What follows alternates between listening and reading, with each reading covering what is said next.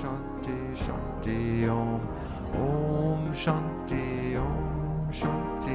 Om Shanti Shanti Om. Om Shanti Om Shanti. Om Shanti Shanti Om.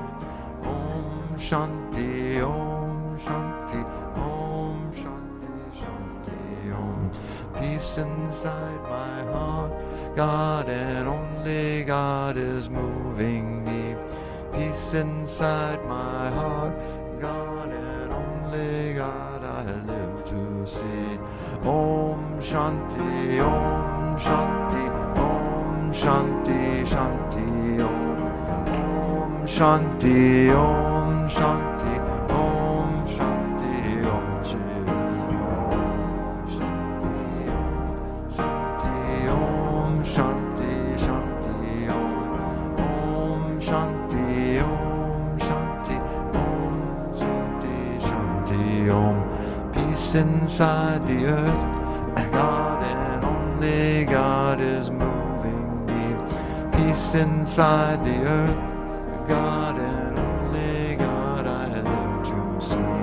Om Shanti, Om Shanti, Om Shanti, Shanti Om. Om Shanti, Om Shanti, Om Shanti, Shanti Om. Om Shanti, Om Shanti, Om Shanti, Shanti Om. Om Shanti, Om Shanti, Om Shanti Om.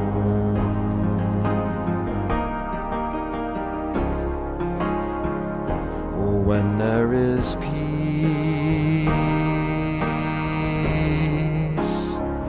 in my mind,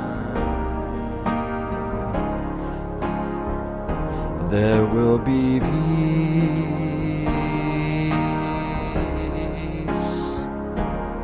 on the earth.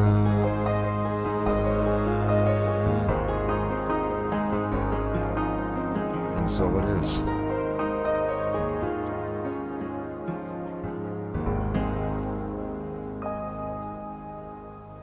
It's a very joyful energy in here today. It's nice. Everyone's happy energy.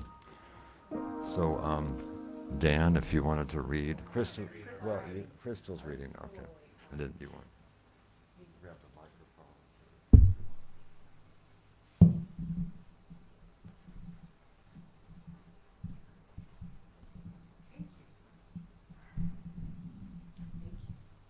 Good morning, everybody.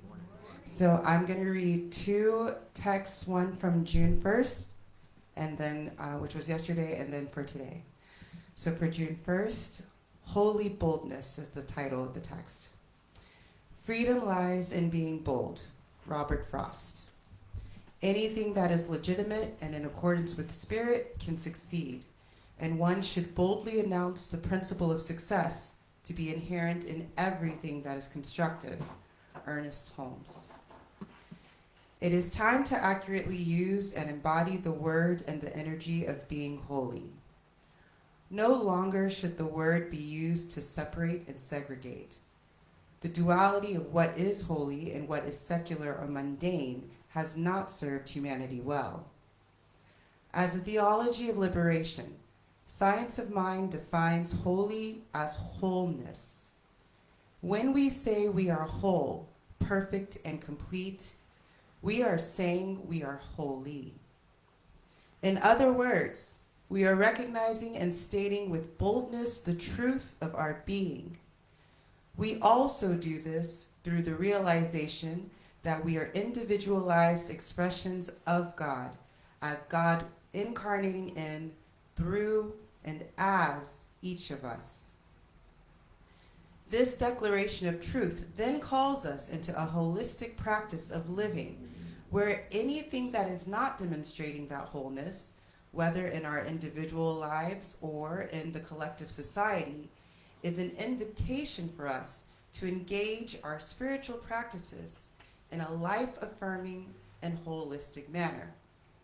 As Holmes said in the above quote, this is constructive. And what then are the spiritual practices? everything that gives us the ability to operate creatively in the world, regulate our emotions to relate and reason with one another, and to live, move, and have our being as divinely magnificent expressions of love in all the ways that create an equitable and just world that works for all. And the affirmation is, I live, move, and have my being as a holy, holy, individualized incarnation of spirit. Then for today, the title is A Bold Concept of God. Between God and me, there is no between. Meister Eckhart. Life is not just something to be endured. It is to be lived in joy and a fullness without limit. Ernst Holmes. If we listen to how we talk about God, what we find revealed to us is what we believe about God. Often this is a God rooted in colonization consciousness. For example, consider the concept that birthed this phrase. God does not give us more than we can handle. That phrase is similar to what Seeley told Sophia in The Color Purple. This life soon be over, heaven lasts always. She is attempting to offer Sophia comfort in the midst of the abuse she receives, rather than asking the questions and seeking the answers to shift the consciousness so that men no longer deal in transactional relationships through the medium of domestic abuse.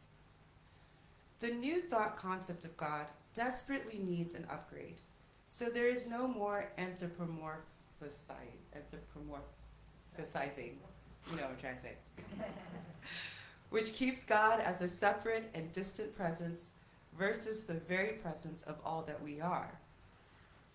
What does it mean to have a holy boldness of God?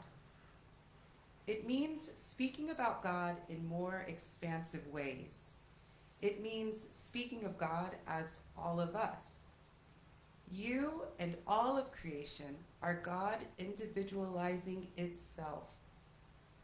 When we really understand this and embody this, we will become more committed to equity and justice because we will understand that the life of all is God, and none are free until all are free. And the affirmation is, God is all there is, and what it is, I must be. And so it is. Thank you.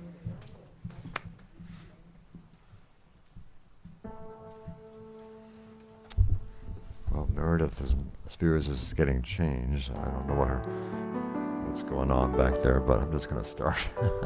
We'll do some music today. He's on his way. We've got some traffic stuff going on here in Pure Angelo. This is for Gene Edge. This joy that I have, the world didn't give it to me. This joy that I have, the world didn't give it to me. This joy that I have, the world didn't give it to me. The world didn't take it away. This love that I have, this love that I have, the world didn't give it to me.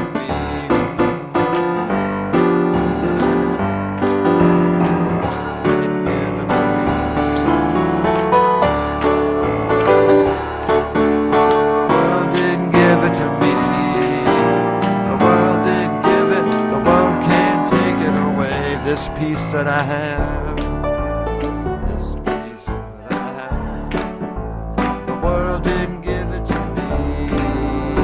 This peace that I have, the world didn't give it to me.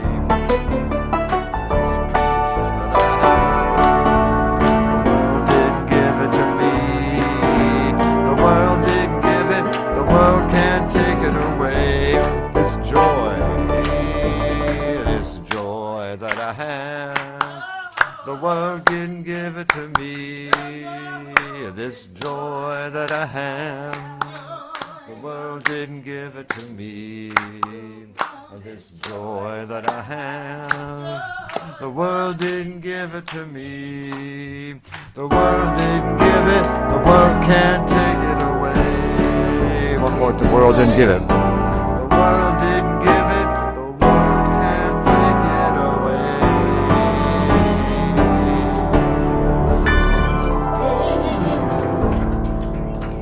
away. Thank you, Jane. Welcome. What are we doing?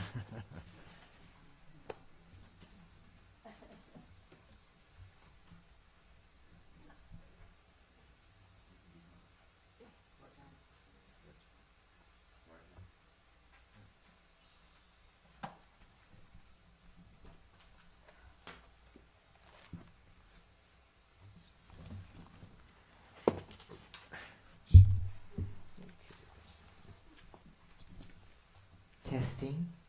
Can you hear me? Oh, great.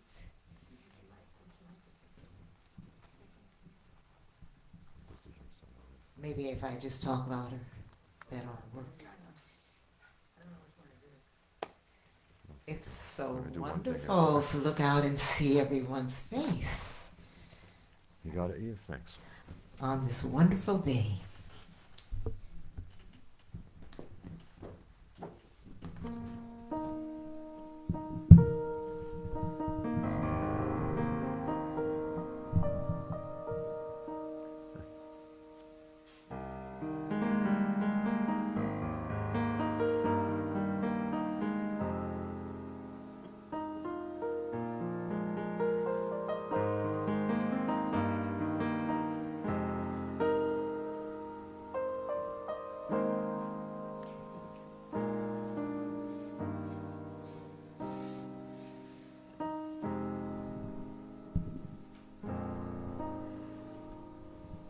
Good morning.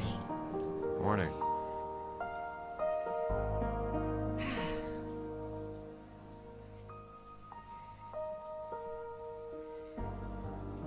All I can say this morning is that, to start, is that life is wonderful. And we have plans, and we make plans, and we have our must-be's and all that. And God says, well, it's going to be what it's going to be. So you might as well relax and appreciate that you're alive wherever you're going, and that you run into people who are alive and joyful. And so it's important for us to be kind to ourselves and to everyone else. So you might want to, can you think of the name of this song? What do you think it is? I have no idea. Something kind. We can be kind.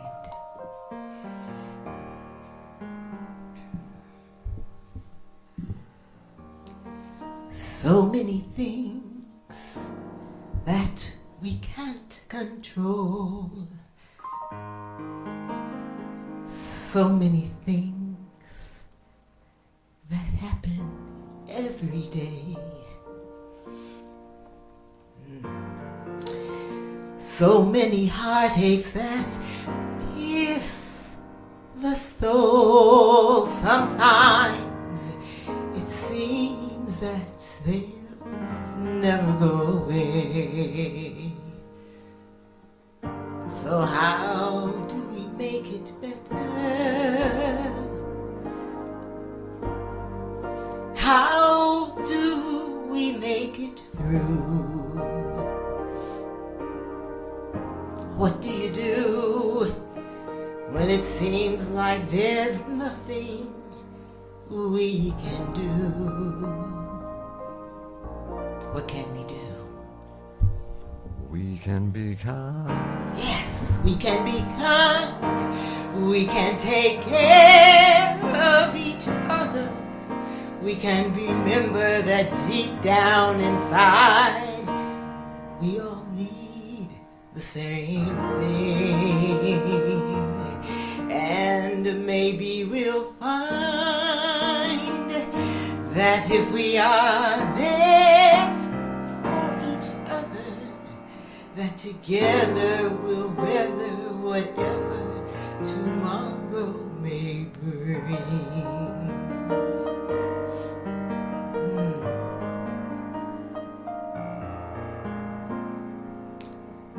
Nobody really wants to fight, not really. Nobody really wants to be at war. So if everyone wants to make things right, well, what are we always fighting for? Does nobody want to see it? Does nobody understand that the power to heal is right here in our hearts? We can be kind, we can take care of each other, we can remember that deep down inside we are all the same being, and maybe we'll find that when we are kind to each other, heart to heart kind, that together we'll weather whatever tomorrow may bring. And it's not enough to talk about it. It's not enough for me just to sing this song. We must walk the walk about it. You and I, do or die. Yes, we've really got to get along. We can be kind. We can be right here for each other. We can remember that deep down inside we are all the same being. And maybe we'll find that when we are here for each other, that together we'll weather whatever tomorrow may bring. And maybe we'll find true peace of mind and heart when we always remember. Now what am I going to say? We can be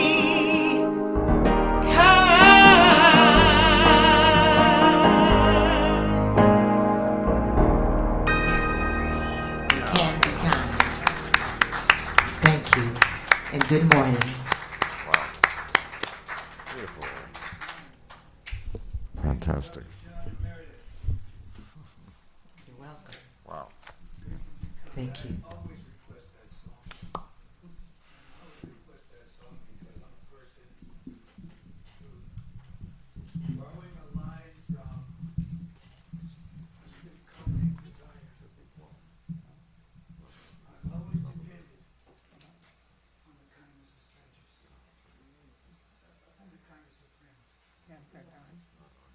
Not on. What's that? Oh. Pretty much the way my morning has gone. I said I'm the kind of always dependent on the kindness of strangers and friends, and so it's interesting. I just like that song, and it's interesting today we are talking about, and I'm having some serious challenges today. My hands, I don't like to talk about them, but some of you know what I'm doing right now, and it's just interrupting everything. And I don't want to have to sit here and hold my finger in place all day, but sometimes it is a new thing for me. And you can't do anything. It just, it's just not there. It's not. And so I'm being kind with myself right now. Today's talk is based on the outline they give us. It's called, did I do the outline? Oh, that's rich. Okay, here you go. Audacious spirituality. Audacious. Being bold. Reckless about it. You know? And spirituality is not a sometime thing. Consciousness is not a sometime thing. You know, there's a song from Porgy and Bess that might be considered a bit misogynistic. You know, I don't think that's the way the guy meant it, but if you listen to it with today's standard, somebody come after you for singing it. You know, but the song is a woman is a sometime thing. Well, basically he's talking to a guy about his relationship. And you know, relationships are a sometime thing, but that's the way that works. But consciousness is not sometime. And that means at your height and at your low, consciousness is still cause. What did I just say? Consciousness is still cause.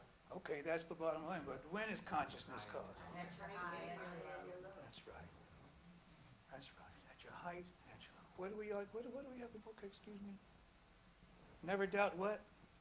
That a thoughtful of small and committed to mission can change the world and make us all therever. Thank you for the redemption. Okay.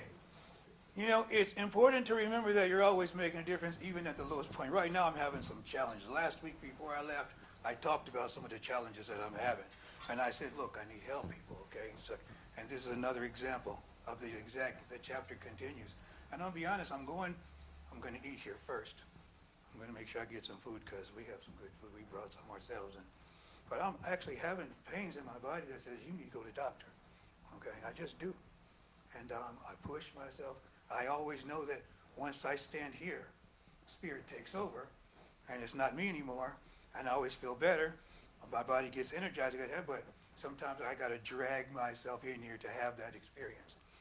And so the added addition of my grandson showing up on the weekends now, sometimes all of a sudden, just puts added pressure, and I had to remember it. I turned 71. I don't move as fast as I used to. I don't do the things the way. And the thing that I'm sharing with you people, the world always moved a little fast for me. Even when I was 20, the world moved fast for me. And it hasn't slowed down. So I'm standing here just being real because I'm having challenges, and I still have to remember God is all there is. See, audacious spirituality means I'm willing to be bold. I'm willing to be arrogant about it. I'm willing to get in people's faces about it. I'm willing to never let up. Now remember, we have a thing in Your Needs Met. There's it's actually a prayer for alcoholism. But it's so powerful that we began to use it as an affirmation. God is the only power in my life. Nothing from without can touch the perfect life of God within. No past experience has power over me. I'm a perfect child of God, and nothing that anyone has ever done or said can interfere with my divine inheritance. This is a prayer that you do to remember who you are at all times. It goes on. It's really, really great. If you don't have your needs met, that prayer alone on page 9, I believe it is worth that book.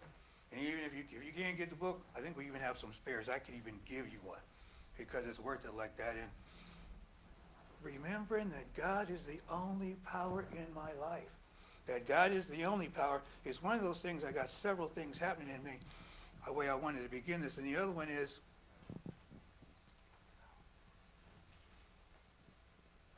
I learned it as the itsy beansy, okay, but everybody talks about it as the itsy bitsy, and I don't know why I heard it different.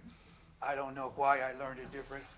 Has anybody besides me heard about the itsy beansy, or is it really this itsy bitsy? Really? Mandela effect. Yeah, that's right. That's right. Thank you, Eve. Man, You came from a different timeline. Something. Different timeline, you know. But anyway, itsy bitsy spider did what? Went up the water spout. And then what happened? And then? And then what?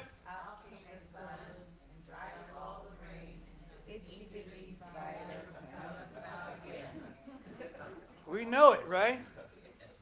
That is audacious living. I've seen it before with spider. You can knock the web down. If you don't get the spider, he's coming back.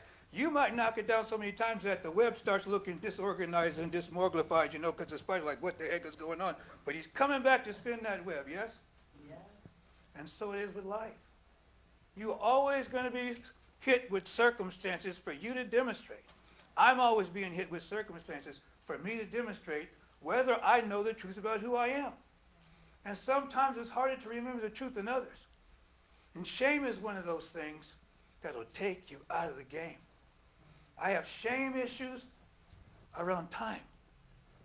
It's been a thorn in my side, like I said, since I was very young, because the world has always moved a little faster.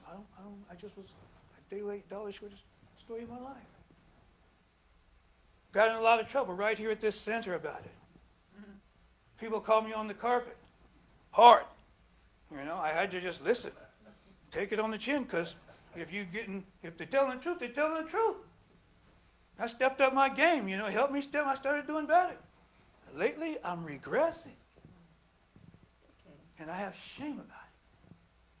And I'm going to audaciously stand here and talk about it. You can't shrink from the truth because you're embarrassed. You can't shrink from the truth because you're ashamed. You can't shrink from the truth just because you're broke or you don't think you are enough. Something's going on you don't want people to know about. The truth is going to be the truth, and the only way to overcome the malady of what ails us is to own the truth. You have to be here now, as they say. You understand what I'm saying? Yeah. I'm loving it, my 27-year-old granddaughter. I was worried about her, My daughter had her very young. So there's just things that go along with that had me concerned. She's 27-year-old going to a Pentecostal church, but that's what I grew up in. That's where her mom was from, her grandmother's from. But I heard her tell me the other day, it's really important to do your shadow work, grandfather. I said, really? Babe, you know about shadow work? You're 27 years old? And you know about shadow work? I'm not worried about her anymore.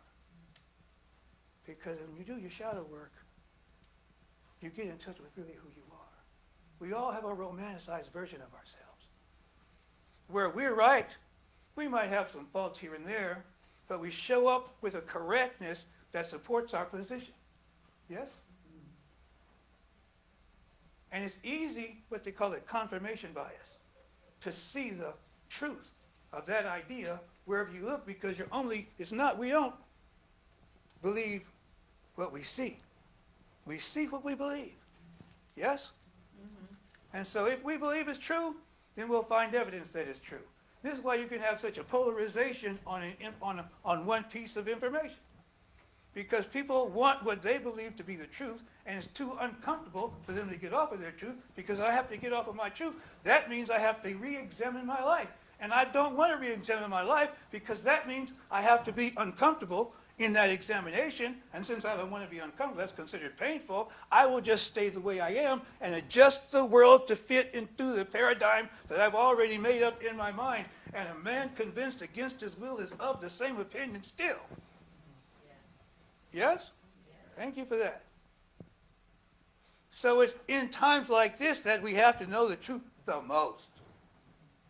This is why we have community, so people can remind us of the truth when we have trouble reminding ourselves of the truth. This is why we have prayer partners. We have these little communities. We come together and somebody can speak a word of prayer, or somebody can tell you, I know who you are. I know the truth about you. I know you're going through something right now, but you're going through this right now. It doesn't define you. It's not who you are. There's something about you that's bigger and stronger and brighter than this circumstance. When I have difficulty believing that, I have wonderful people around me who can remind me of that, but that doesn't stop me from hurting and having those feelings. It just keeps me afloat while I'm having them.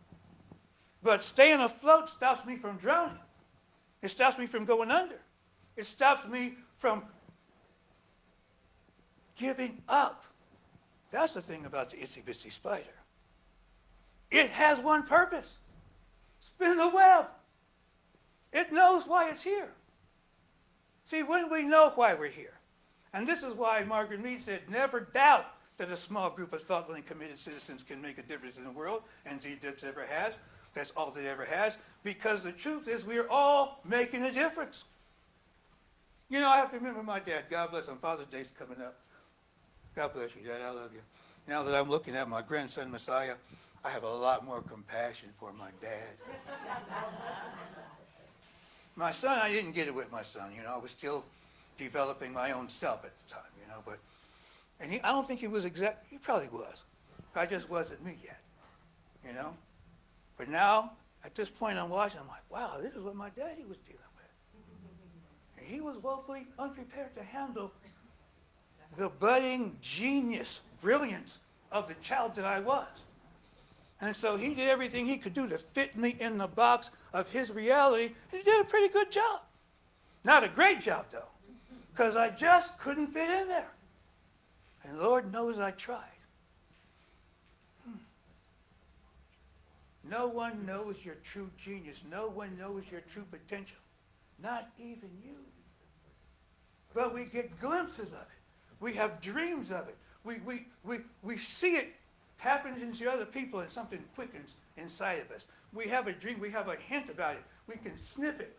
But until we make a commitment to stop telling the story that we've been telling about our life, because the only way we can be bold and audacious about anything is to show up in the truth all the time. And the truth is, I'm always bigger than my story. What's the truth? I'm always bigger than my story. I'm so glad nobody said you are always bigger than your story. Thank you. Thank you for that. Thank you for that. I was listening closely. I said, nobody better say you here, because I was very clear. Audacious spirituality means I understand one thing. And I teach this in my foundational class, my practitioner class. I tell anybody who will listen. I talk to young men in juvenile hall.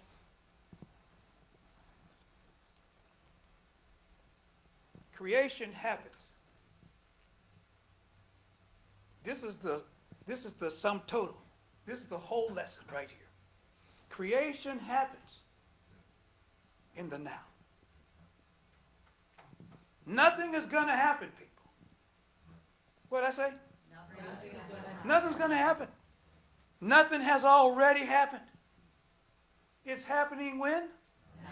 It's only going to happen right now, because that's the only space we can occupy. It's the only time that is. That wonderful book by Eckhart Tolle, man, I can't begin to describe how majestic and wonderful that book is about just the power of now. If you can just own this particular moment, seize the day, carpe diem. Own this moment. Well, how do I own the moment? I own the moment by remembering in the moment that I am already whole, already perfect, and already complete. That the power and presence of the divine rests and abides in me, through me, and as me, regardless of my circumstance, regardless of my situation, regardless of the way I showed up, regardless of the way I'm being judged, regardless of the way I'm judging myself. And that's one of the things I love about this song. I'm glad you sang that one first. Because one of the most audacious things you can do for yourself is be kind to yourself. Come down off the cross. We need the wood, people. Oh, thank you. Nobody threw a rock at me for that one. Might need to duck a little bit on that one. But you understand what I said? We all got a poor, pitiful me story. Yes? Yes. And my poor, pitiful me story is worse than your poor, pitiful me. I can out-pity you. You can oh, thank you, thank you, thank you. She said, I can out-pity you. I don't want to be the biggest victim in the room. Please out-pity me. Okay? When I see how bad your pity is, I'm like, man, let me get up off of my pity. I can tell you something. One thing about being in 12-step groups. I say this all the time. When you go to a 12-step meeting, whatever problem you think you have, somebody in that meeting has got it worse. And you will leave there feeling better about yourself. You say, dang, I thought I had some problems till I walked in here. Because one thing about in a 12-step group, they're committed to telling the truth. There's an old joke. I don't know if anybody else knows it, but I don't think I made this up. But I don't hear anybody telling this joke anymore but me. I heard it one time, and I'm the only, it's like spirit must have whispered in my ear. But the difference between a 12-step group meeting and a religious science meeting, everybody at the 12-step meeting knows they have a problem. Say that again. Every person in a 12-step meeting knows they have a problem. They don't come to the meeting because they don't have a problem. They come to the meeting because they're surrendering. They quit. I give up. Came to believe. How'd it go on? Yeah, it's like, I don't remember what I'm losing it right here. But I'm powerless. Okay, I'm powerless. I had a problem with this when I first got into religious science because I'm learning how powerful I am, but I'm one with God. I don't want to be I don't want to be powerless. I can't sign up for this. Powerlessness? Oh no, I'm not signing up for powerlessness. And some old timer said, boy, he didn't call me boy because he knew better than that. But he said, but he might as well have it in. He said, I'd rather be powerless over alcohol than for alcohol to have power over me. I said, oh, that takes powerless to a different level, you see. If it's in control in my life, if my pity is controlling my life, then it's in charge, it's running the show, and it's looking for more pity. If shame is running my life, then it's looking for more shame. It's going to find it. I'm going to manufacture more. Ta-da! Are you with me so far? Yes. So it's about always knowing who you are. Grace unto, I have to know the truth.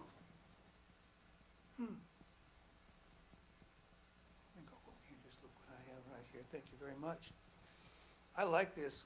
The whole monthly theme is holy boldness. One of the ones that the book recommendation is called Arrest is Resistance it's a manifesto by Tricia Hershey. And she talks about how people in the social justice movement need to understand that rest is revolutionary. You have to be willing to rest and take a moment for yourself. Give yourself time to recharge and regenerate. And one of the things that's happened with me, I'm burning, what's that? The midnight of both ends against the middle kind of thing. I'm not getting enough rest. Well, there's telltale signs you're not getting enough rest. You can't be present for the place you're supposed to be, even when you're there, because you're tired, yes.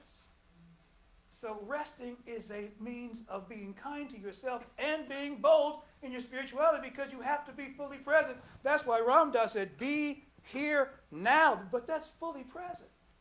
For some of us, it's more difficult to be fully present than others because some of us are just space cadets by nature. I'm not the only one in the room. I know. Who are the space cadets in here? There's a few of us. Okay? Okay, you know who you are. And so just being present is not the easiest thing, but conscience requires us to be present in the moment, and it always happens first person present tense. Now, people, you can live in first person present tense. It just means I don't talk about what happened yesterday. I don't talk about what's happening tomorrow. Flip Wilson used to have a wonderful routine. He would talk about Reverend Leroy was the minister of a church called the Church of What's Happening Now. Remember that, huh? He said, when you go to Reverend Leroy's church, he doesn't tell you what's going to happen. He doesn't tell you what happened yesterday. No. When you go to Reverend Leroy's church, he tells you what's happening now. And that's the only time we have audacious spirituality. It means I am always in the now. If I'm recalling something that happened to me in my past, it's happening to me again right now. If I'm bringing up trauma from the past, it might have happened what we call then, but I am re-traumatizing myself by going over it over and over and over again. It's exhausting. And it's a prison. And you get to the place where, what'd you say? I can out pity you. Never be the biggest victim in the room. When you hear stories of woe, people talking about what happened to them, it's so tempting, it's seductive. Oh, that happened. You thought that was bad. This is what happened to me. Oh, well, you know what happened to me? And now we're sharing our war stories, we're sharing our wounds. You know, I'm not saying that collective trauma is not a real thing, but recognize that there's something more to me, there's something more to you than the collective trauma or the individual trauma that I went through. And when I know the truth about who I am, I can take that same incident, those same experiences, and realize something magnificent. I love it. I don't remember. I should learn who wrote this song. The Mashburns might be able to help me with this. What doesn't kill you make you stronger? That is absolutely true. I keep thinking it's Kelly Clarkson too, but I just don't know enough about the music to embarrass myself like that. It is Kelly Clarkson. You see, I wasn't audacious enough to say it out loud. Okay, Spirit said, Kelly Clarkson. I say, yeah, but I don't know that. The logical mind said, yeah, but I don't know that music that well. I don't want to just say that and embarrass myself further.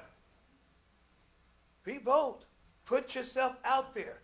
Let yourself be vulnerable in consciousness. Trust the universe to support your position. And you know what? You might take some lumps because it shows there has to be a certain level of commitment to this. The spider doesn't stop spinning the web just because you tore it down. The spider knows if I don't spin the web, I'm not going to eat. So I'm spinning the web again. What I know is if I lose consciousness, if I forget the truth about who I am, I'm going to regress to a condition and a state of mind and a state of life that I can no longer be part of. I'm not built for that anymore. I wasn't built for it then, but I perpetrated a good fraud at the time. Man, I could puff my chest out and roar like anybody else and look anybody in the eye, but that wasn't who I was. That's what I had to do to survive. And many of us have had to do a lot of things to survive. But this is about moving beyond survival and moving beyond existence and moving into a place where we thrive. And I know I thrive when I remember the truth about who I am, but that's a memory that I don't get to forget just because it's uncomfortable and just because I'm screwing up. When I'm screwing up, that's when I need to know it the most. Amen. They say, Holy Ghost, don't leave me. We all have the places. You see me right now. We all have this. But what do I know about myself right now? That's what matters. And you can tell by what you know by how you demonstrate what you're doing. What's the story that I'm telling? Whatever our poor, pitiful me story is, it's time to reinvent that. Use your imagination and say, you know what? If I'd have known that God was all there is at that time, if I'd have known that if I'd have known then what I know now, what would be different? And as soon as we do that, we begin to have a different experience of that. You can actually reinvent your past if you can remember it differently. We've all remembered something differently. We've all had something where we thought this was the truth about something, and we found out that, oh, that's not what happened at all. Has anybody not had that experience? So when that happened, you had a different memory has taken over the old memory, and now it's, oh, that's not what happened at all. All the trauma that I had before around this one thing is gone unless I refuse to let it go. See, we can get the truth and decide the truth means I have to stop being who I am. And I'm not going to stop being who I am. They're not going to stop being wrong. I'm not going to let them stop being wrong because I'm not willing to stop feeling the pain of my pity, of my self-righteousness. Self-righteousness. Interesting, in our circles we call righteousness right useness, the right use of the law. But that self-righteousness is where I'm using the law in such a fashion that it's not serving myself properly. It's digging me a deeper hole. People talk about digging yourself out of a hole. You can't dig yourself out of a hole. A shovel is not the tool that gets you out of a hole. So if you find yourself in a hole, retelling the story is just digging it deeper. You can tell, Dr. Forks used to talk about this. We get in something like, oh, I'm in a rut. Everybody says, well, I just seem to be in a rut. And Dr. Ernie Forks would say, a rut is a grave with both ends dug out. There's a higher expression of who I am. Always calling, always whispering, always demonstrating, always being. And sometimes I'm distracted with the grit and the grind of life, like Howard Thurman said, that grit and grind. The things I'm supposed to do, I'm A man does this, a husband does that, a father does this, a grandfather does that, a son does that, an employee does this, a neighbor. All these things I'm supposed to do, all these roles I've tied into to help define who I am so I can feel proud of myself and walk in the community as a man of substance. But the truth is, all of that are artificial constructs that I created so I can have a persona to feel safe. My personality is just an address where consciousness hangs out. People go into a coma and come out a completely different person. How does that happen? Speak a completely different language. How does that happen? Don't ask me because I don't know, but I know it's happening. And so something is happening. There's a quickening that goes on where we can instantly be transformed into something else. And the scripture says, be ye transformed by the renewing of your mind. What's that? Be ye transformed by the renewing of my mind. I'm being transformed by the renewing of my mind. And renewing of my mind says, brother, you're a prophet. And a prophet's going to tell the truth regardless of the consequences. That's what happened to John the Baptist. Okay? He got himself in a situation where it'd be better off for him to tell a lie. But now he had to tell the king's wife, tell the king about his wife. You know, your wife is kind of sketch. Wife didn't like it. She set him up to have him beheaded. He knew what was coming. But see, when you know the truth about yourself, whatever the consequences of being with yourself is, it's worth it. Because I'd rather, glory to God, I'd rather go out being myself than stay here trying to be somebody else. The truth is you will always fail at being somebody different. You cannot win at being somebody. You cannot win in pacifying others. We cannot win trying to live up to expectations. We can't win. We'll have success, but that's not winning. See, winning is freedom from the trappings of a life that doesn't suit us. Winning is embracing the dark side, the shadow work, where I can see what's the ugliness about me, that part that I sweep under the carpet, that I don't want anybody to know about, the people under the stairs that I pretend I don't remember because I'm not willing to forgive them. A friend of mine from New York got on the bus one day. He and this guy used to fight. He said, well, I don't even remember why we used to fight. But every time they saw each other, it was going to be a fight. That's just who they were. They didn't know. I don't remember. He didn't even know why they were fighting. He hadn't seen the guy for about 5 or 6 years. He got on the bus one day, and the guy was on the bus. And he's looking at the guy, and the guy's looking at him. He's looking at the guy, and the guy's looking at him. And finally, they spoke to one another, and the guy didn't want to fight him. He didn't want to fight the guy. And they realized that they didn't want to fight anymore. And they erupted in joy. Oh, you don't want to? Oh, man. Now the joy comes. The joy was always there. The joy is always there. The joy is the realization of wholeness. Once we know that, there's something that erupts within us when we recognize ourselves. And it can be in a circumstance. When we look at animals like puppies and kittens, there's something innocent about them that activates the innocent within us, and joy just erupts. There's like hours and hours of kittens and puppy videos. And people just say they keep uploading them because there's something that makes us alive when we look at them, and it tickles the aliveness in us. Being here now creates an opportunity for authenticity. Authenticity is superpower. It creates what they call, Don Miguel Luis said, being impeccable with your word. See? Impeccability is not a sometime thing. Impeccability is 24/7, 365.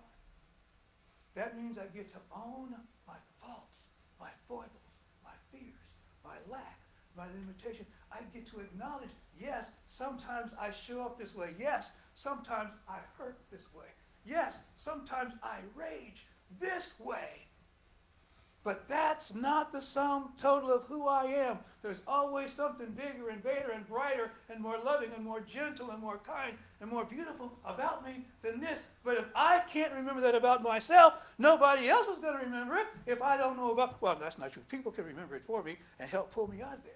But I'm thinking about an exercise I did with Yala Van Zant one time at a men's retreat, and I just blew my mind because this woman held a men's retreat.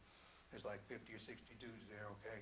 And I didn't even believe, it's like, what is she going to teach us about it in a men's retreat? How could she possibly know anything about what we need? No, she was good, though. I asked her about it years later, how did you do that? She said, well, so you got to do your research. She said, I interviewed 1,000 men. 1,000! About what their needs are. Then I made a workshop.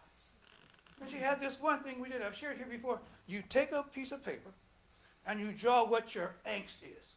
What's your issue? Just what does that look like? If you could give your issue a face, what would that face look like? And so you draw this thing, you know. Everybody's got this thing that, and then there's some kind of way she had us fold it and tear a hole in it, and then you hold it up to your face, and that's your mask. And she made us take that drawing and put it on our face and wear it like a mask. And everywhere we went during this workshop, we had to like put one hand in front of your brother in front of you. So you're always marching single file and you're always in unity together. And the crazy thing is there's no men leading this workshop. No men. It's all women. All women. And she got us marching around and she's asking us these questions and we're answering them. I don't remember all the questions she's asking, but she's trying to empower us. And we're answering her, but she wasn't content with the passion and our answer. Now you got to remember, we are some black folks in the Catskill Mountains, okay? There's a little black ranch up there. I don't remember what the name of it is, but that's where the workshop is. And there's a general store about a half mile down the road. And we know there's a general store there, but we're not inclined to go to that general store because we know where the heck we're at, okay? And so we're walking around single file, and finally she says, girls, I don't think they're getting it. I don't think they're understanding what we're trying to do. Maybe we should walk them down to the general store and ask them the questions again. Well, that's one thing we're all clear about. And that's one thing we're all passionate about. We don't want to go to the general store. And then we said, no. Now she got our attention now. See, sometimes it takes something stressful to get our attention. Oh, we're in the workshop now. You see? Oh, we're listening now. Oh, please don't make me go up there in a general store with this stupid mask on my face. And she said, the reason why your needs aren't being met, the reason why you're not getting what you want to love, the reason why things aren't working out, because people can't see who you are. All they can see is that mask. All they can see is that mask. I'm thinking, damn, this is one heck of a workshop. You know? You see, that was over 30 years. I still remember that experience. The mask that we wear, the mask of our pain, the mask of our failure, the mask of our frustration, the mask of our rage, the mask of our fear. We walk around and people can see it in the face. As a matter of fact, people who are looking for victims are looking for that fear. And that's why we learn to give them the mask of rage instead. When they look and say, you look what you're looking at, what you're looking at. Oh, he's not a bit okay, don't mess with him. And that's how we survive. But now I'm walking around just mad all the time. I'm a fistball the whole time, making sure nobody can take advantage of me. Guess what? Nobody can take advantage of me. Because the me you're taking advantage of is not who I am. There's something greater than that about me that you cannot touch. I'm telling my age here. When the computers first came out, they had those IBM cards, you know, the punch cards and the sorting machine. And it always said on the card, do not fold, spindle, or mutilate. Remember that? Do not fold, spindle, or mutilate. Spindle means roll it up. There's something about us that's never been folded, spindled, or mutilated. There's something about us that remains pristine. There's something about us that remains active and alive in our innocence, and that is our superpower. And we be here now, we stand in that place, and we allow the innocence of the child who's never left, the child who's still crying out to us, not for pain from the past, but from a glory we never realized. Are you feeling me on this?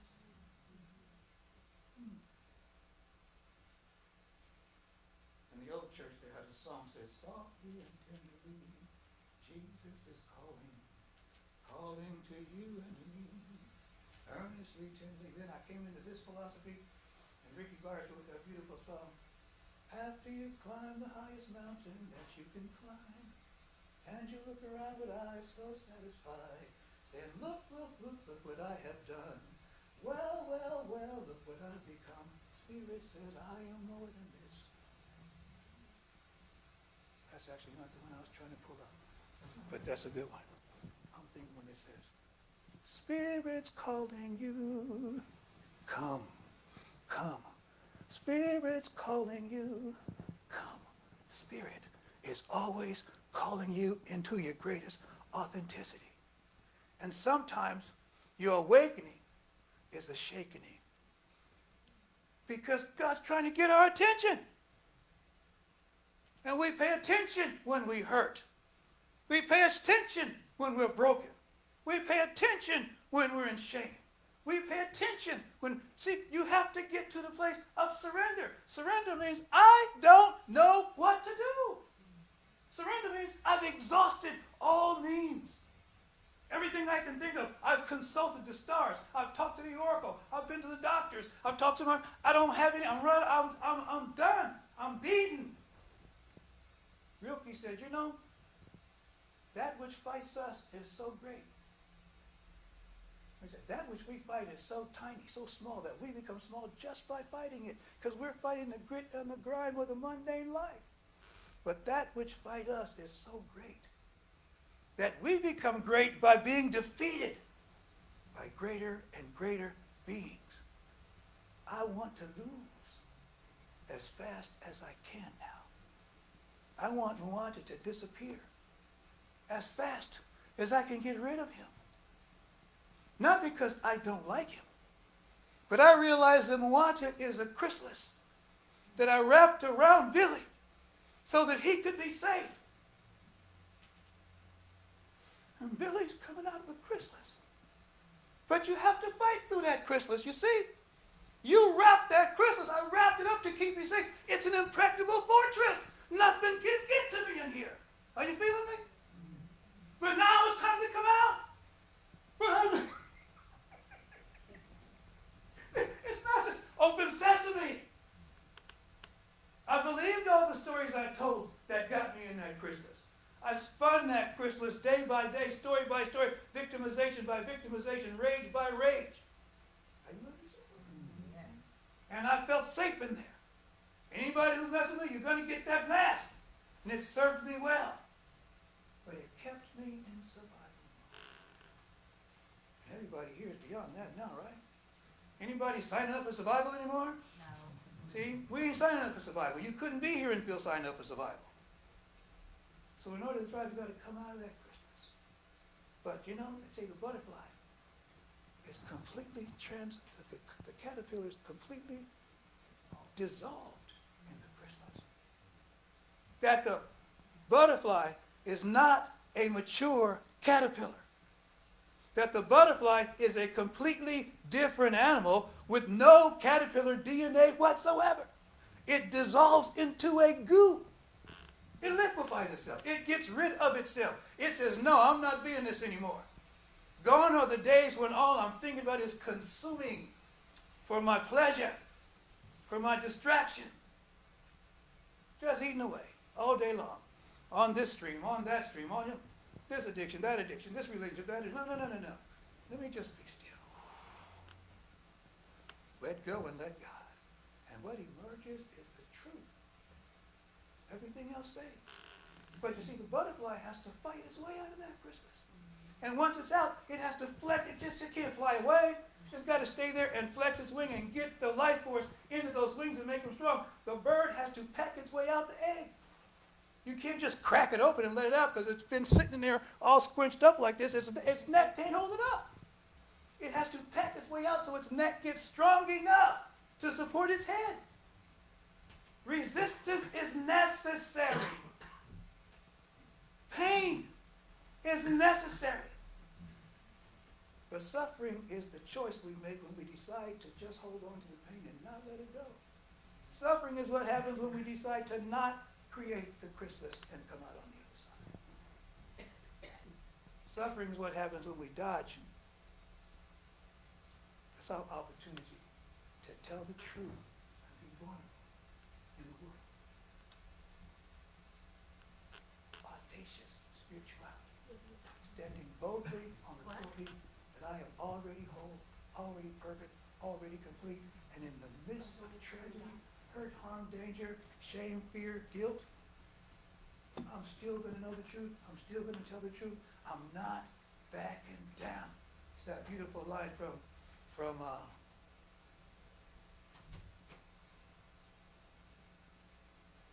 Hamilton. I'm not going to waste my shot. I'm not going to waste it. I'm going to take my shot. Well, guess what? It's always my shot. It's always my shot. It's always my opportunity to name it and claim it. That's what the garden sequence is about. When God tells Adam and Eve, you can call this garden anything you want. You can name everything in here. Because it's going to be whatever you say it is. And now I've got people who tried to take my life. I consider them ancestors on the other side. I know they have my well-being because I was willing to stay in the battle of truth until I got to the other side and could see the value that they brought into my life. And there's a blessing in every hurt. There's a blessing in every harm. There's a blessing in every danger. There's a blessing in every doubt. There's a blessing in every fear. There's a blessing in every shame. There's a blessing in every guilt. Everything is a blessing if we're willing to know God while we go through it. And that's audacious spirituality 101, people. It's happening now. First person, present tense. Learn to speak first person, present tense. Don't ever talk about what's going to happen or what already happened. Talk about what you're doing about it right now. Talk about whatever the grandest expression of yourself would be right now. I have a philosophy that says I always go with the highest conscience in the room. And I never assume that mine is the highest conscience. As a matter of fact, I'm pretty convinced mine's not the highest consciousness. I'm smart enough to know I've been too crazy to think I have the highest conscience in the room. I might be the smartest person in the room, but that's not the same as the highest conscience in the room. I could be in a room full of idiots and not have the highest conscience in the room. And so that means I'm always listening for a better idea than the one that's in my head. And I'm willing to surrender that idea as soon as I get the new one. It happens to all of us. We hear the still small voice. We hear the better idea, but we go with our logic, just like I did with whatever it was, the woman with the song. Spirit said. What's her name again? Clay Clarkson. Ego, intellect said, well, I don't really know if it. I mean, I start down and start qualifying. No. Go with that first mind. Listen for that first mind. Listen for that voice. That's your own inner prophet teaching and telling you who you are all of the time. Man, you're so beautiful. You cannot even stand the brilliance of your own splendidity. Okay, you cannot behold it.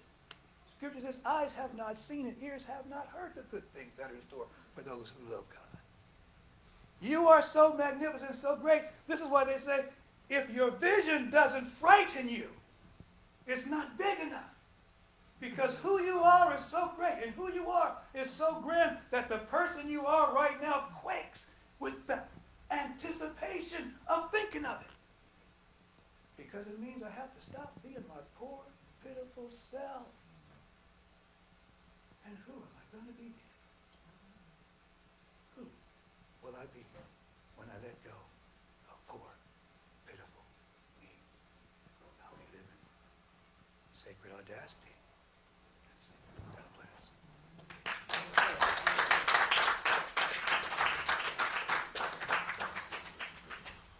It's good to see you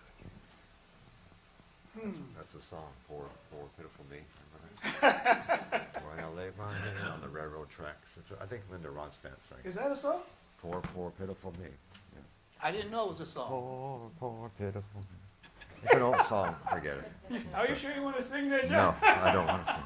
I got to tell you, That's funny. conscience will make you stop That's singing true. stuff. I don't want You know, I love the blues, beautiful art form, but I use it in small doses. It's attractive, isn't it? Seductive. Because I'm not trying to sing about hard times no more. As beautiful as some of the music is, it's like nope, nope, nope, nope. Yeah. Anyway, God bless us, everyone. And so we come down to our time for offering. And the offering is a process we do in recognizing that I'm always in touch with a grander idea of myself than what I think. There's something called the law of circulation. The law of circulation is a fancy way of talking about reciprocity. People, reciprocity is the law of the universe. That's the law of God. It's right there. Now, for those of us who read the Bible, like the Bible, it's right there when it says it's done unto you as you believe. That is the essence of reciprocity. It is done unto us as we believe. And so when we get time to a situation like this, that's when we say, well, I don't have enough, and we get enough of that. We call that not enough itis. I got to tell you something about that itis clan. They show up where I can have it everywhere they go. Every time I see one of the itis show up, it's some trouble. Have you noticed that? Yeah, they're a mean bunch. Not enough itis. I don't have enough to do this, and I don't have enough. No. The law of circulation means this. It means it's not about how much I have, it's about how much I circulate. It's not about how much I have. Man, that's an evolution for me. I didn't know. Okay, that was just fresh. It's not about how much, it's how much am I willing to circulate, because reciprocity is telling me that it's done unto me as I believe. And if I don't believe I have enough, then I don't. And if I'm given from a place of not enough, itis, then I keep circulating not enough, even though I'm given. And so I'm really working on, and I'm talking about working on just being in a space where I'm comfortable with whatever it is I'm giving. And if I'm comfortable giving nothing, then don't give nothing. But if I'm comfortable with a penny, then give that penny. And when you're ready to stretch, then you give a little bit more. But you start where you are. That's the way you get any place. You start where you are. And let it be okay right where you are, but recognize we're always circulating the consciousness that we now have.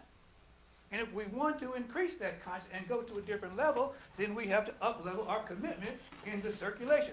This is reciprocity at its finest, at its essence. And so that's what this is about, and that's all I'm going to say about it, because yeah, we got stuff to do around. Yes, we need this, and yes, we need that. But you know what, people? I'm here for the teaching. I'm here for the truth. I'm here for the law. It saved my life. It didn't change my life. I wasn't going to make it.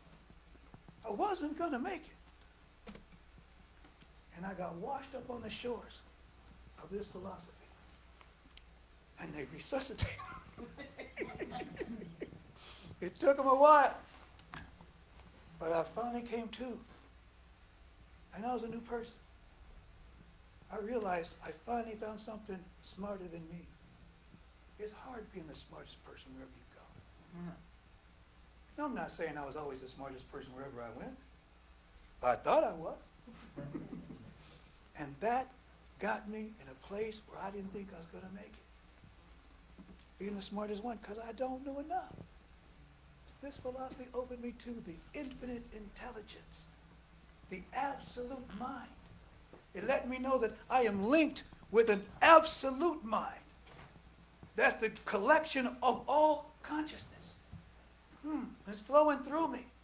I don't have to know the answer, because Spirit knows the answer.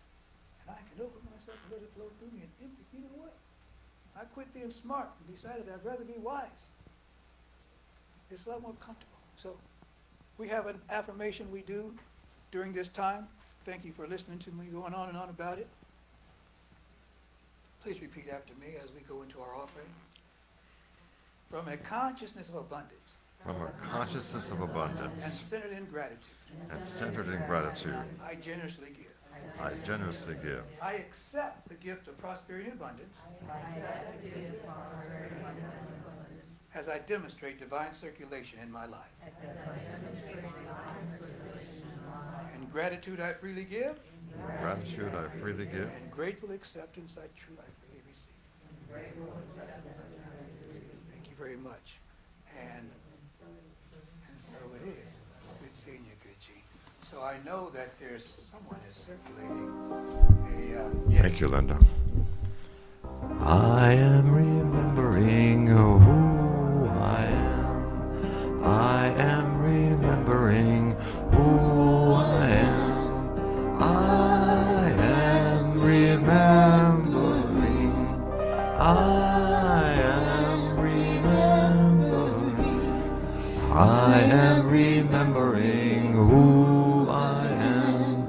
I am remembering who I am. I am remembering. I am remembering. And so it is. And the commercial now? Give, if you'd like to give online, it's give@fscsl.org, and that's PayPal and Zelle. And the address is back on the table here. Give@sfcsl.org. Thanks. We're giving thanks and praise for the offering that's received, recognizing the divine circulation is always happening. From heart to hand and hand to heart, wherever we find ourselves, we know that God is and all is well. We circulate the wellness, we circulate the God-isness, we circulate the knowingness in all we think and all we say and all we do with every gesture, every heartbeat, every breath. We reaffirm the truth that we are one with the infinite, one with the divine, and all is well. And so it is.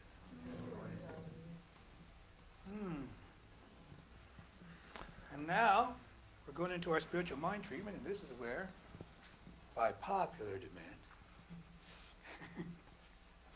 I invite Paranjali up, and she's going to lead us in prayer. And well, I mean, people have asked for you. What can I say? All right. Hurt my little feelings, but I had to get over it, you know? You're right here. Okay, take that. Good morning, everyone. Mm-hmm. Oh, how beautiful to see all these gorgeous faces. So we move into a time of prayer. It's a time to move our awareness inward. And I'm speaking my word in first person and in present tense. As Reverend Mulata so beautifully reminded us, it is the only time, the only place, and the only one that anything is ever happening through. And so as we hear the words I and me, please know that this is an opportunity to know that that can only mean one person present here.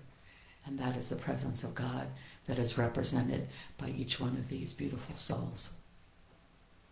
And so this moment, turning my awareness inward to a place I call the seat of the soul. It is in complete awareness that the life of God is the only life there is. That the divine creator that has birthed everything into existence in the universe, everything I behold, the highest mountain, the deepest valley, the calmest waters, the beautiful wind, and everything found in nature. This same God, this same divine creator has breathed its very breath as my life. And each breath that I inhale is a reminder that that life is circulating in my very being. And each exhale is my reminder that I breathe my essence back into the universe as the love that is the truth of who I am. God has loved itself into existence as my very life. And it is always my opportunity to remember this. In the brightest of times, in the darkest of times, no matter what is taking place in my life, I stand resolute in the soil and the soul of complete understanding that I am one with God. My heart beating and beating and beating in a rhythm and a flow that is witnessed everywhere in life. And so this moment, I declare that all is well in my life. that my health and vitality are the essence of spirit flowing through every atom, every tissue, every fiber and function of my being is alive with the healing energy of the Holy Spirit. I stand in a knowing that I am sourced by God, drawing from a wellspring of infinite good, and so all of my humanly needs are met. Because the spiritual self calls into existence through my very consciousness everything that is needed in my life. All relationships are in harmony and in balance because it is soul to soul and spirit to spirit that I witness, that I engage in relationship at all times. And if I forget, I course correct. I bring myself back into the awareness like an internal compass guiding me back into the directions of my highest dreams. So good is this knowing. So wonderful is this awareness that I am in the deepest abiding gratitude. Thanksgiving is the footsteps on which I walk. Gratitude is the breath I breathe at every moment. And so joy erupts from the center of my being. I am alive in joy. And so in this moment of deep gratitude, of faith, of thanksgiving, and of joy, I surrender. Arms open wide, hands stretched out, reaching for the good that I know is already here. And so, allowing myself to both give over and to abundantly receive. I give thanks, I allow it to be, and in one resounding voice I declare, and so it is. And so it is. And amen. Amen. And ashe. Ashe. We have announcements. Oh, yeah, well, not that you have to do them, but you're there. You gonna do it? You can start. Sure, You're I'll out. start it off.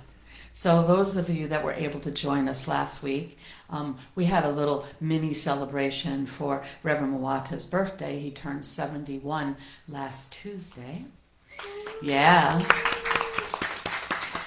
And this being the first Sunday right after that, we're also kind of celebrating again because why not? Why not? I have to say, he's probably not like this, but that's all right. I got the mic. He's an impressive 71. We took Messiah to a park last week, and they had like a mini par course.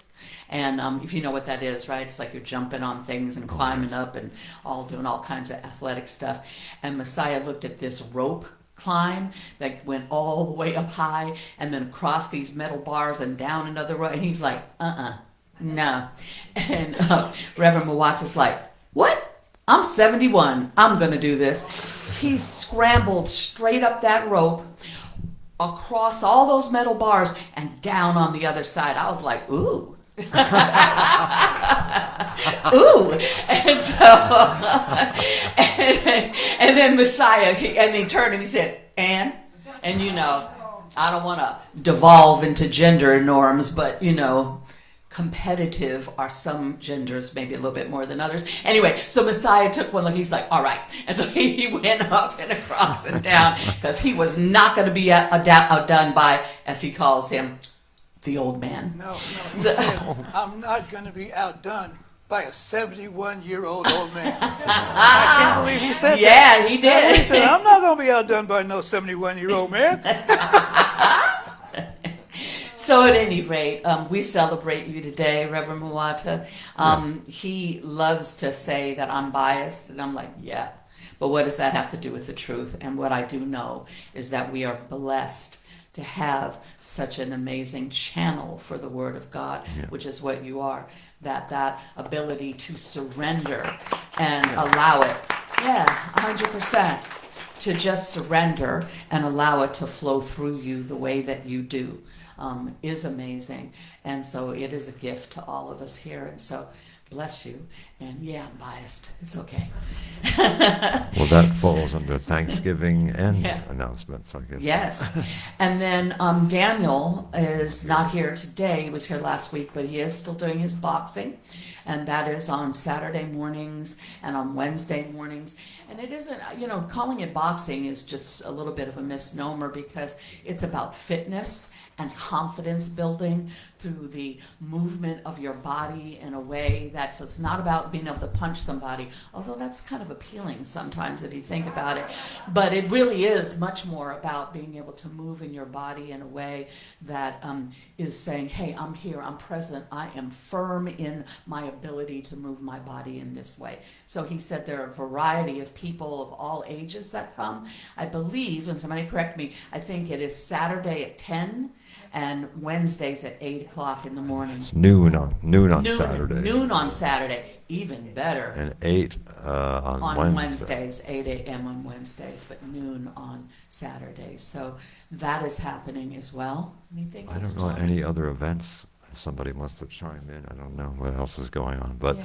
I have a concert, and sorry for the late notice. Yeah. I have the flyer. I actually tried to post it. You can't post on the centers without Oh. the rights, so it didn't go through. But Gotta I have breathe. it here. I have the flyer. It's Daniel Berkman. Some of you remember him. Yes. Yeah. And I and San Rafael Church. And it's a keyboard fantasy. It's going to be a lot of different kinds of music. So it's at 7 o'clock next Saturday. And the Brunos are coming. So they What's know the 7 date? p.m. What's the next date? Saturday June at the Church 8th. in Marin. It's in San Rafael. It'll be on San the flyer. Rafael. Well, if they're interested in coming, it's easier just to see me rather than me ramble off all these addresses now. But I think that makes more sense. Okay. I have it right here. Tuesday? So see Oh. John if you are really interested in going on Saturday, 7 p.m. at the San Rafael Church. See him after the service, or look if you're online, looking at the online. Eve is going to post it, and it'll be on there as well. I could put it up if I get help. I don't know how you do that. Maybe Eve she has it right. It wouldn't go through from me. So. And anyway, then I that's want to it. give thanks for in the kitchen is Miss Alicia, as always, and she's been joined today by Thomas Ing. They're both helping to prepare, and I know different people brought in different things to eat, so thank you all so much for that. I have said this before, but I'm going to say it again. I've always been taught to fall in love with people who feed you, so I think that that's really great. So for all of that, so at the end of the service, we will have our fellowship, so you all know what to do to move chairs and tables and get that all set up and prepared.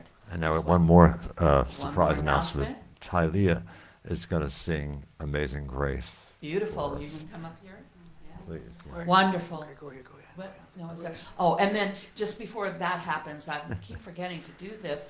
Both Gabriella and myself are here as practitioners. If anybody is wanting prayer at the close of service, please come get us. We know it's fellowship, and yes, people are eating and whatnot.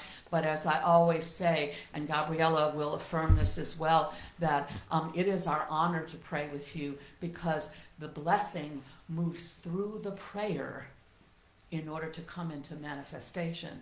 So you are gifting us by coming for prayer. So please see either one of us if you would like prayer at the close of service. Tylea. Tylea, are you singing a cappella? Testing. Are you doing a cappella? Yeah, I'm doing acapella. I'm listening to it in my. I- Unless you want to play it, but I was just gonna sing acapella. Are you singing along with your phone? No. Yeah. That's interesting. I don't know what key you're in, so it might be easier just to do with that because I can't hear Okay, what. we'll try another time. Sure. This is dedicated to my dear friend Muata. He is an inspiration. That's why we're all here, right?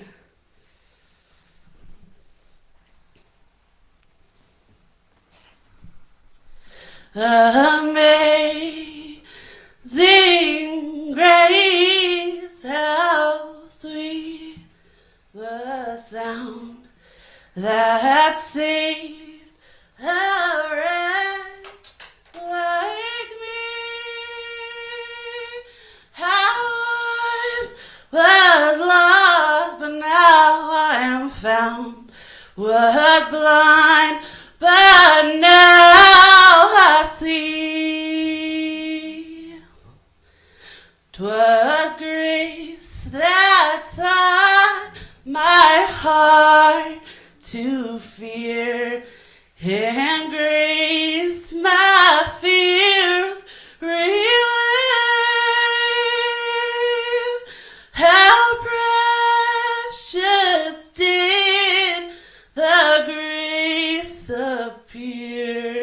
the hour I first believed.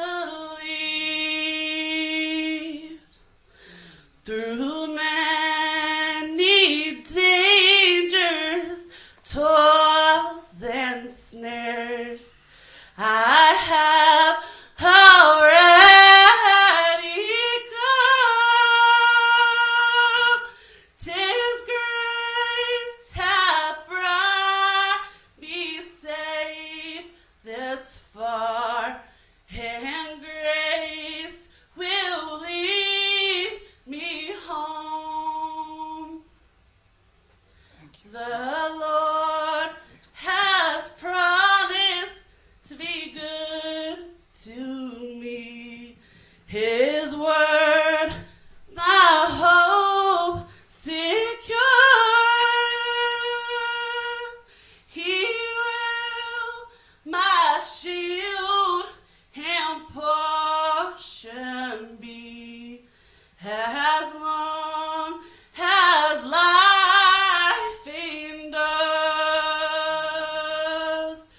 When we've been there, feel free to sing along if you know it. 10,000 years, bright shining as the sun. We will last days to sing God's praise. Then when we first begun.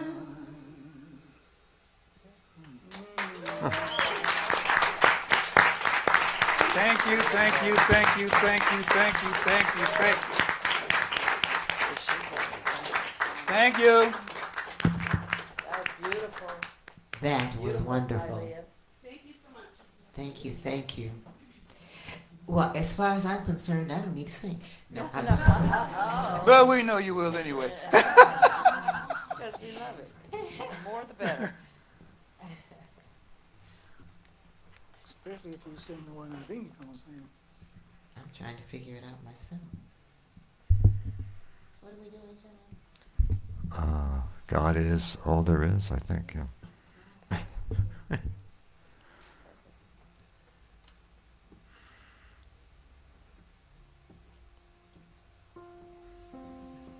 Who just sang? Where is she? Hi, Leah. Hi, Leah. Thank you. That was wonderful. Thank you so much.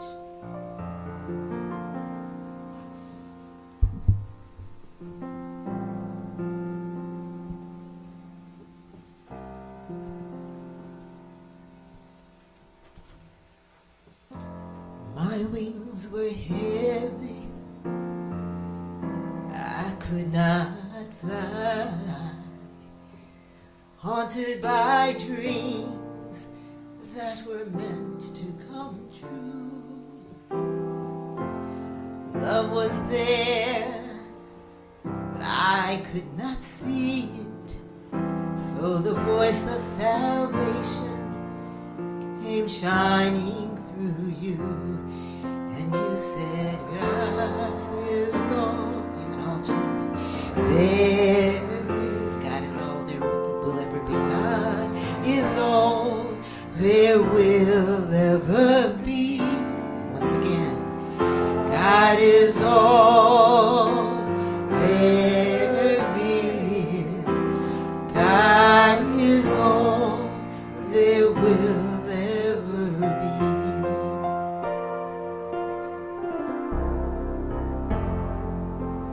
be. In the sky of my life, there was lightning and thunder. I never could trust it could finally be right. The truth in your eyes said, don't worry, don't wonder. And you sang me a song that has shattered the lie. And you said, God is all there is.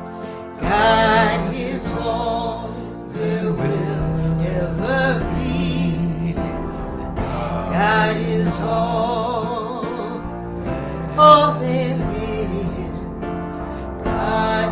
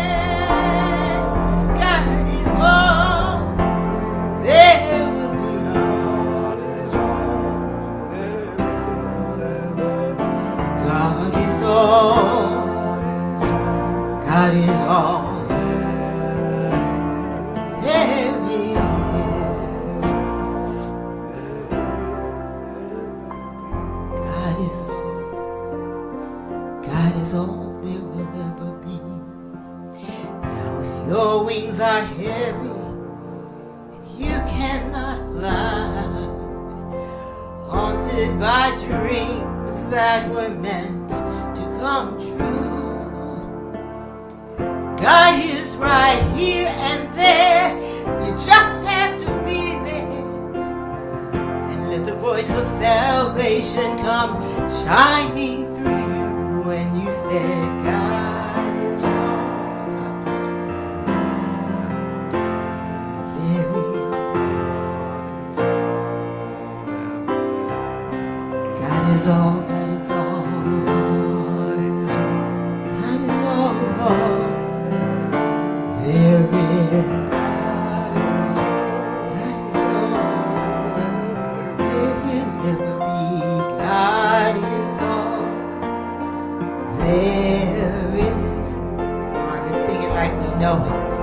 Let's sing it like that's who we are. We know what's going on.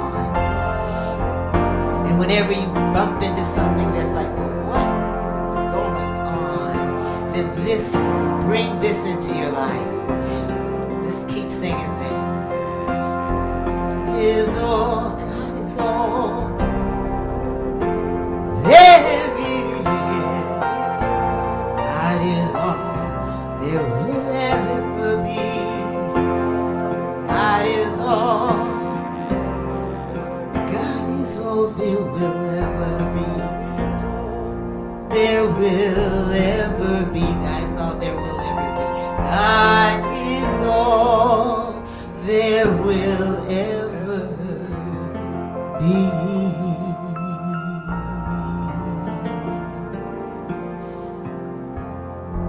Thank you, choir. Thank you. It's beautiful.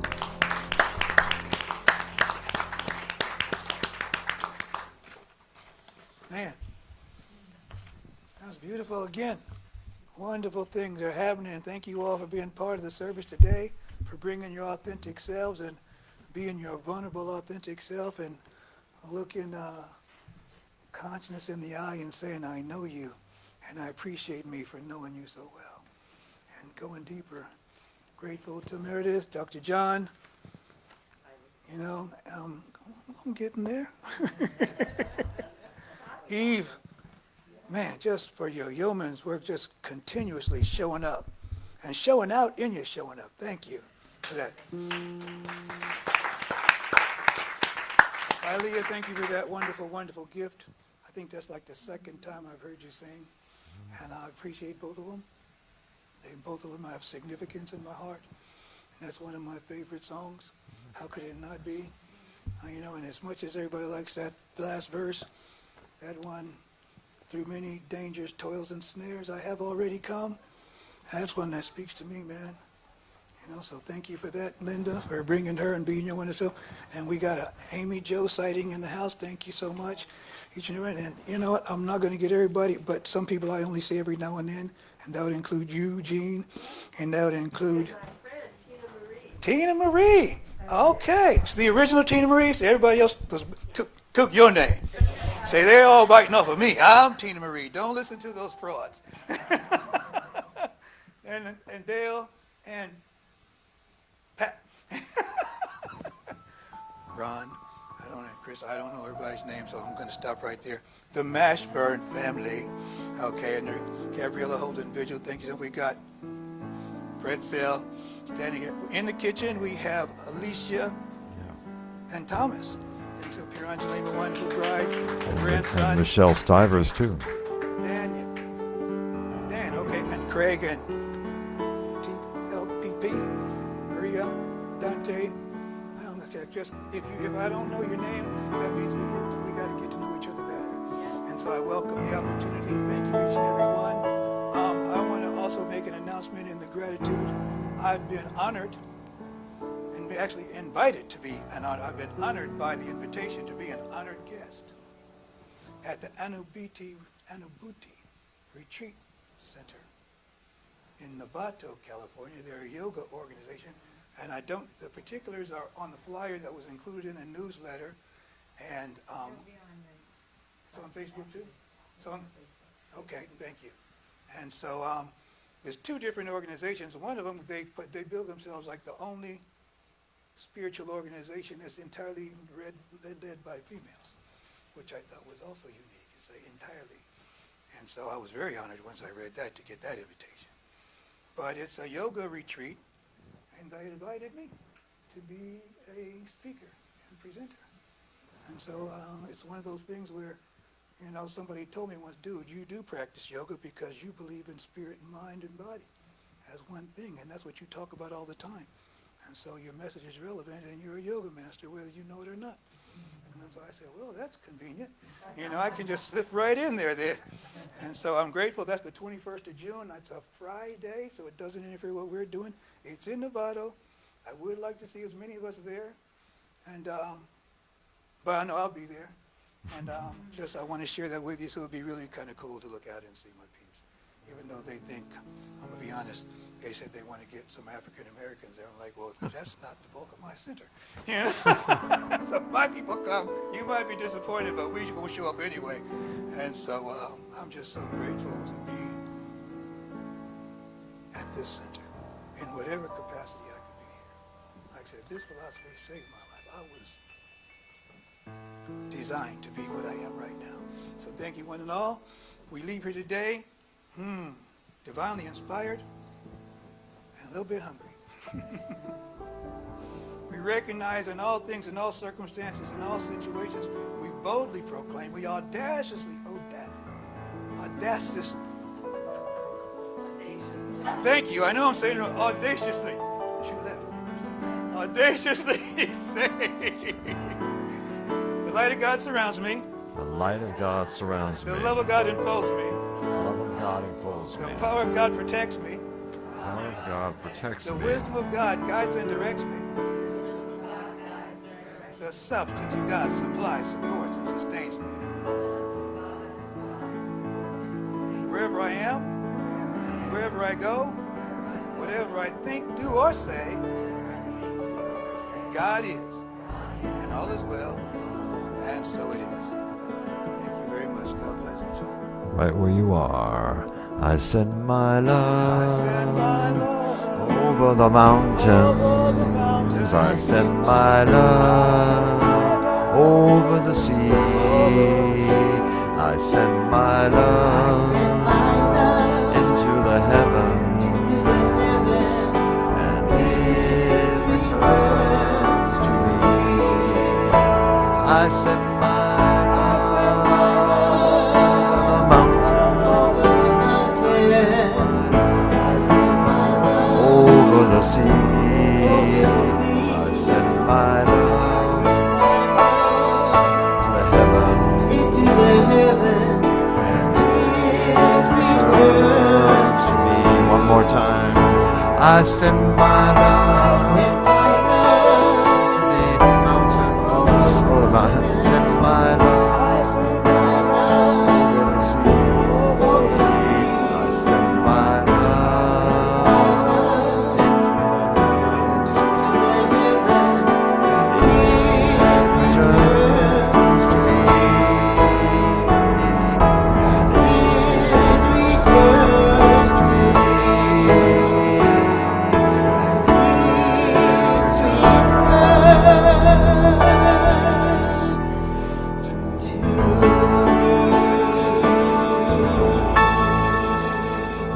Thank you. God bless us, everyone.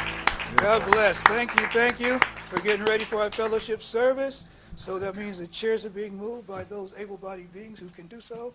And the tables are coming back out. And we are about to enjoy a feast fit for ourselves.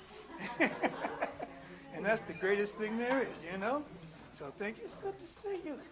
Oh, thank you so much. Let me get one of these. Don't start no stuff, huh? See, yeah, and I love that.